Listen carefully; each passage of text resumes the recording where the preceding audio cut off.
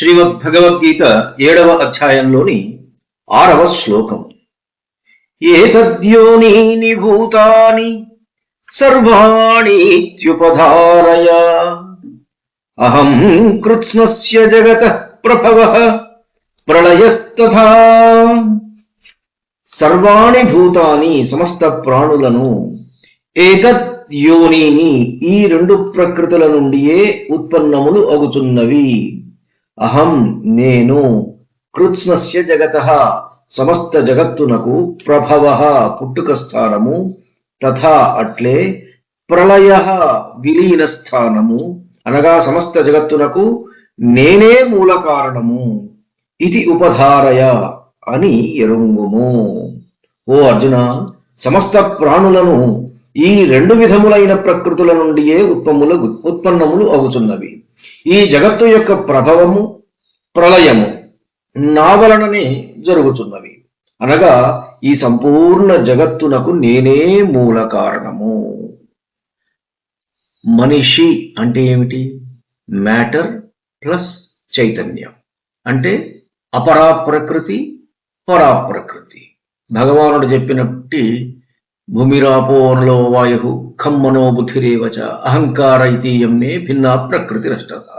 ఈ 8 విధాలైనటువంటి అపరాప్రకృతి, దానికి చైతన్యాన్ని యాడ్ చేస్తే, కలిపితే అంటే పరాప్రకృతి. ఆ చైతన్యం అంటే ఏంటి? భగవంతుడు.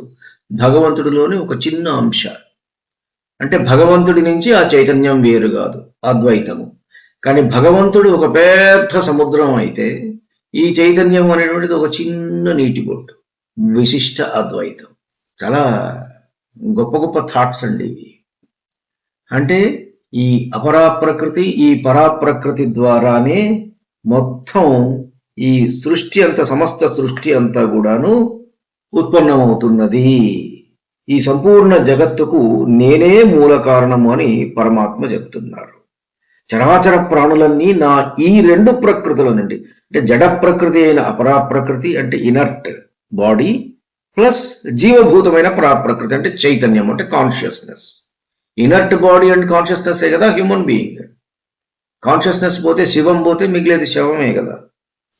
కాబట్టి ఈ సమస్త సృష్టికి మూల కారణము, ఉత్పత్తి స్థానము మరియు లయస్థానము నేనే అయి ఉన్నాను.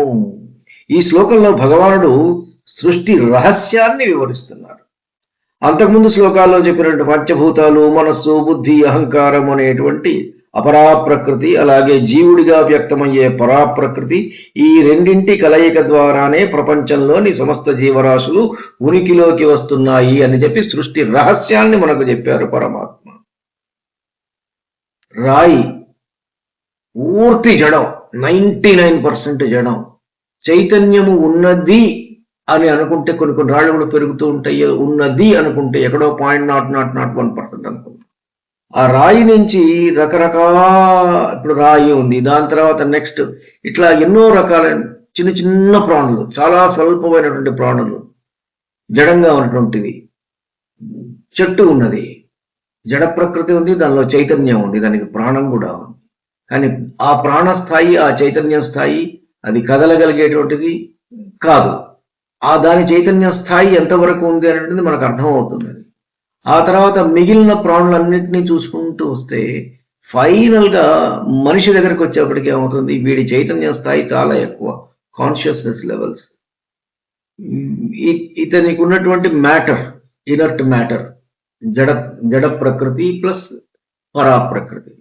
చూడండి, ఇవి రెండు కలిసి ఏంటి? భగవంతుడి గురించి శోధించడానికి, భగవంతుడు ఎవరో తెలుసుకోవడానికి వీడు ప్రయత్నం చేస్తున్నాడు. తెలుస్తాడా లేదా అనే సంగతి తర్వాత వీడు ప్రయత్నం చేస్తున్నాడు. అంటే వీడి కాన్షియస్నెస్ లెవెల్స్ అక్కడ దాకా వచ్చినాయి.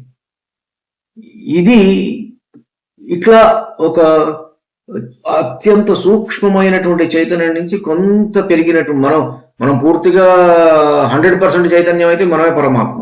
పూర్తిగా నేను కాన్షియస్నెస్, ఐఆమ్ ది చైతన్యం అని తెలుసుకుంటే మనమే పరమాత్మ అని తెలుసుకుంటాం. కానీ మనలో చైతన్య స్థాయి ఎంత ఉన్నది? ఎవడికి వాడికి మళ్ళీ అక్కడ it varies from individual to individual. ఇది సృష్టి రహస్యాలు. ఇవన్నీ లోపలికి చాలా డీప్గా ధ్యానంలోకి వెళ్తుంటే ఒక్కొక్కటి అర్థమవుతూ ఉంటాయి. ఇప్పుడు ఈ పోలిక ఎట్లా ఉంటుందంటే, ఇప్పుడు మనం ఒక పోలిక తీసుకొస్తాం. భగవానుడు నేనే కారణం అన్నాడు కదా. ఎట్లా అంటే, ఉపనిషత్తుల్లో ఒక పోలికను విస్తృతంగా చెప్పారు. యథోర్ణనాభి సృజతే గృహతే చ ముండకోపనిషత్తు. అంటే సాలెపురుగు గూడును తయారు చేయడానికి బయట నుంచి ఏ ముడి పదార్థాన్ని తీసుకురాదు. మిగిలిన పక్షులన్నీ పుల్లా పుడక తీసుకొచ్చి గూడును నిర్మించుకుంటాయి. మిగిలిన అన్ని ఏవైనా చూడండి గూడును నిర్మించుకున్నప్పుడు. కానీ సాలెపురుగు ఏం చేస్తుంది? తనలో నుంచే ద్రవాన్ని పుట్టిస్తుంది. భగవంతుడు తనలో నుంచే ఈ సృష్టి అంతా ఉద్భవించదని చెప్పాడు కదా. కాబట్టి ఇట్లాంటి పోలికను మనం సాలెపురుగు నుంచి తీసుకొచ్చారు మన వాళ్ళు. ఏ ముడి పదార్థాన్ని తీసుకోదు. తన లాలాజలం నుంచే నూలు పోగులను సృష్టిస్తుంది. అంటే అపరాప్రకృతిలాగా ఒక జడ పదార్థాన్ని సృష్టిస్తుంది. తానే అందులో ఉండి నడిపిస్తుంది.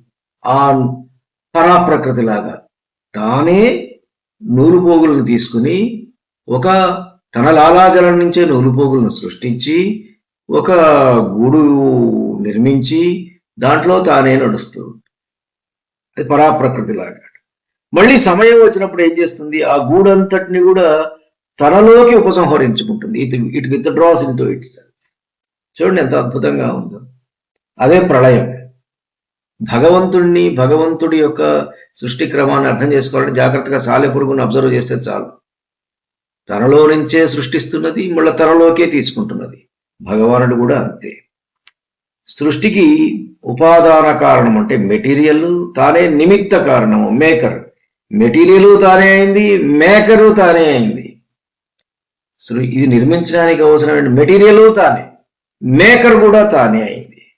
అహం కృత్స్నస్య జగత ప్రభవ ప్రళయస్తథా అనటంలోని అర్థం అదే. నేనే సమస్త జగత్తును ఉత్పత్తి లయస్థానాన్ని నేనే, ఉత్పత్తి స్థానాన్ని నేనే, లయస్థానాన్ని నేనే అని భగవానుడు చెప్పారు కదా. అది అన్నమాట. అంటే సాలెపురుగు తోటి మనం జాగ్రత్తగా పూరిస్తే మనకు అర్థం అవుతుంది. అర్థం అవడం కోసం ఈ పోలిక తీసుకోవచ్చు. ఆ క్షీరసాగర శయనుడి లీలను దర్శించడానికి ఈ ఉదాహరణ కొంత అర్థవంతంగా ఉంటుంది. పూర్తిగా మనం అర్థం చేసుకోలేము. జస్ట్ దీంతో మనకు will be having a rough idea of this shloka అన్నమాట. ధన్యుణ్ణి. నమస్కారం. మీ ఊటుకూరు జానకి రామారావు.